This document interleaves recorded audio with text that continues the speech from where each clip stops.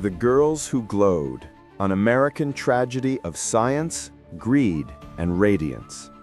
Imagine a secret that you could keep in a small glass vial, a substance that defied the very laws of nature, glowing with an eternal, ethereal light.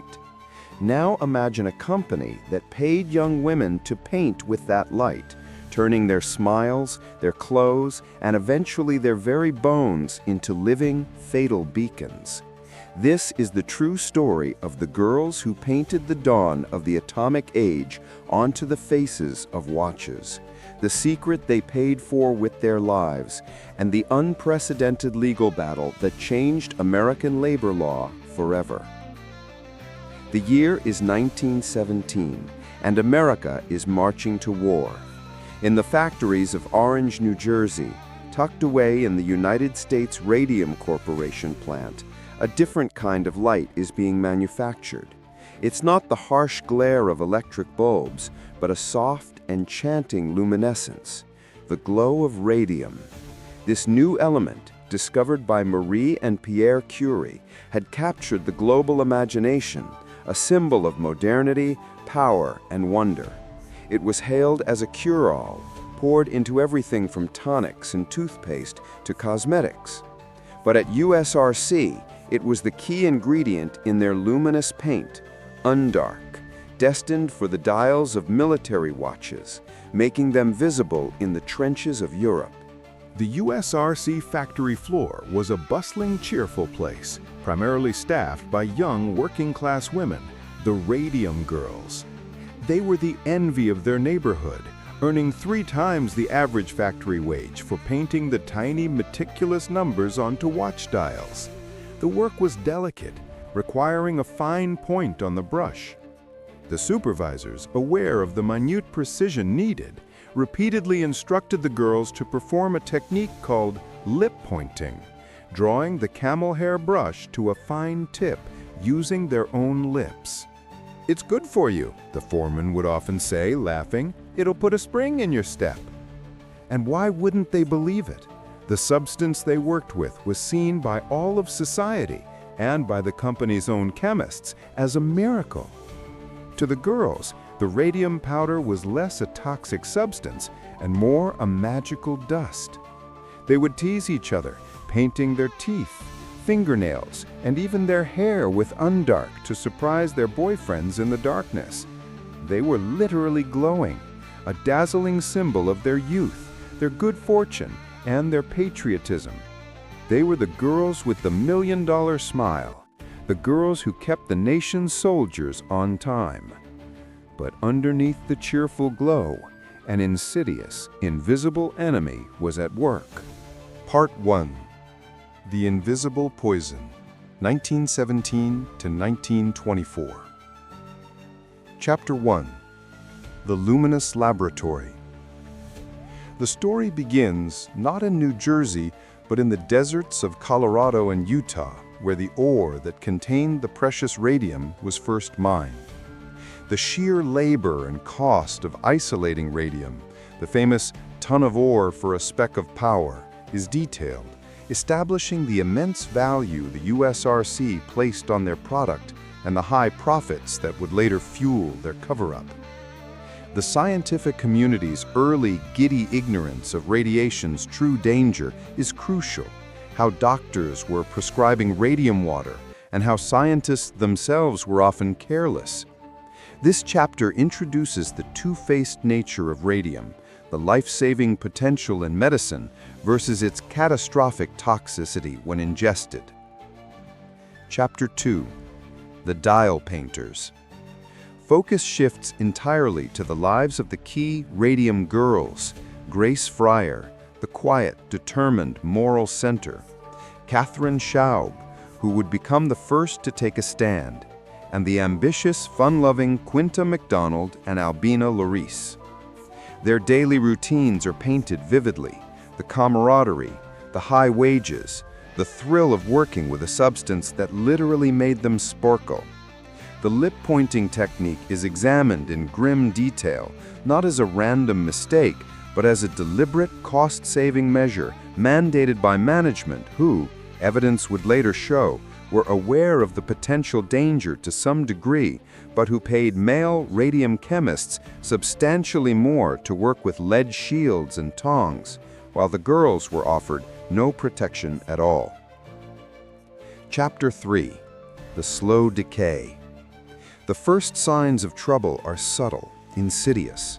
The girls begin to feel aches and pains, a persistent fatigue that wasn't unusual for factory work. Grace Fryer develops a terrible toothache. Her jaw swells.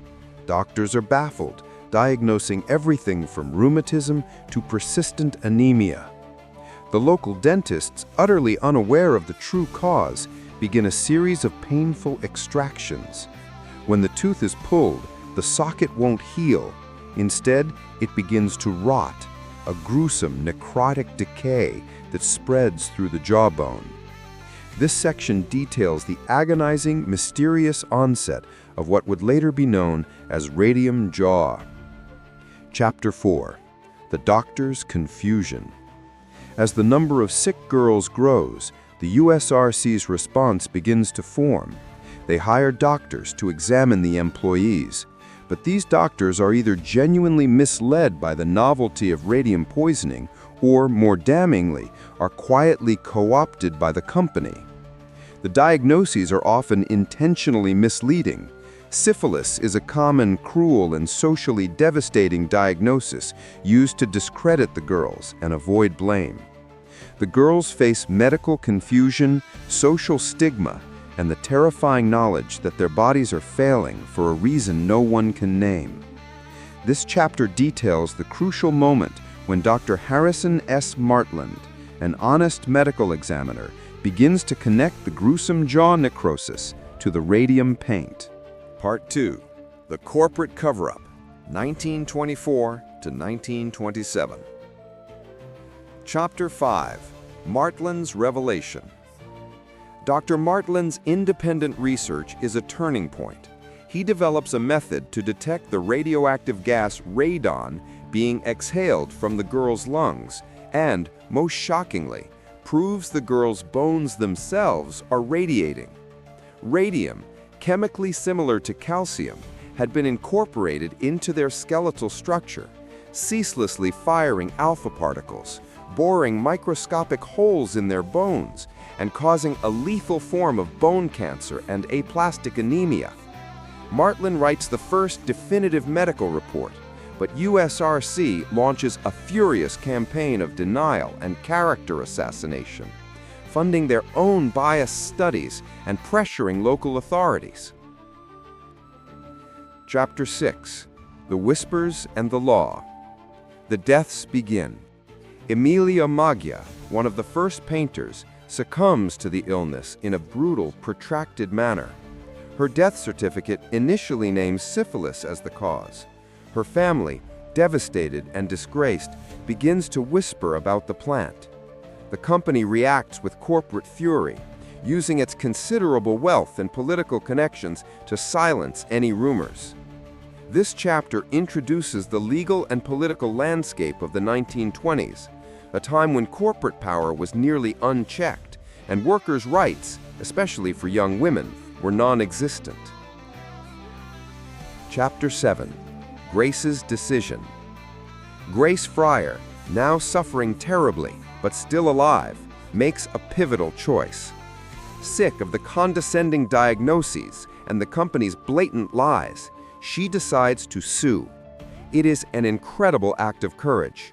She has to search for 2 years to find a lawyer willing to take on the powerful USRC.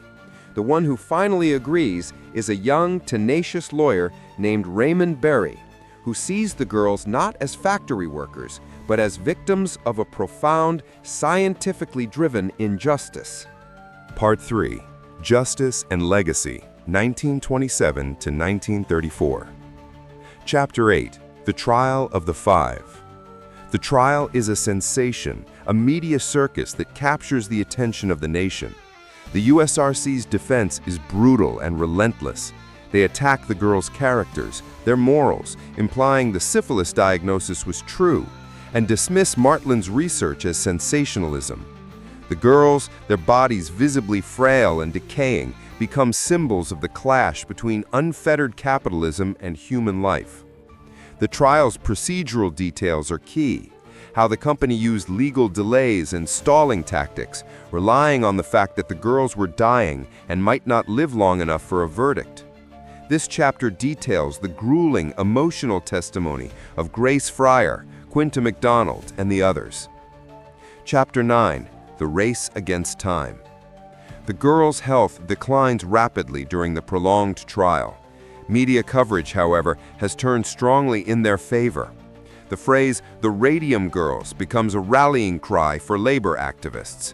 Sensing a public relations disaster and the real possibility of a massive, precedent-setting loss, USRC changes strategy. Before the case can go to a jury, a last-minute settlement is reached.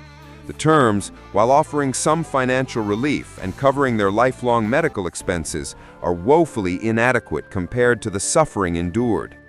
This chapter focuses on the emotional cost of the settlement, a compromise driven by fear of immediate death.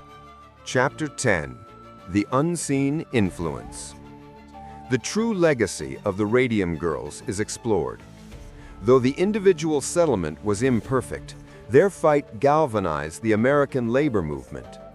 The widespread public outcry directly contributed to the creation of safety standards, the establishment of occupational disease laws, and, most crucially, the strengthening of the statute of limitations, forcing companies to be held accountable for illnesses that developed years after exposure. The girls' story directly influenced the future of workplace safety in the atomic age. Epilogue. The glow remains. The final chapter looks at the girls' later lives, or lack thereof. Grace Fryer dies years later, a symbol of quiet resilience. The story also moves to Ottawa, Illinois, where another group of dial painters experienced the same fate and fought a similar legal battle years later, showing the company learned little from the first tragedy. Finally, the narrative returns to the USRC site, detailing the cleanup decades later and the discovery that the remains of the girls, when exhumed for study, were still highly radioactive. The story concludes with the scientific and cultural realization that the girls, through their suffering, forced a young, ambitious nation to confront the terrifying power of its own scientific progress and acknowledge the paramount importance of the individual worker over the corporate bottom line. Their bones, tragically, still glowed, a permanent, indelible warning etched into the history of American labor.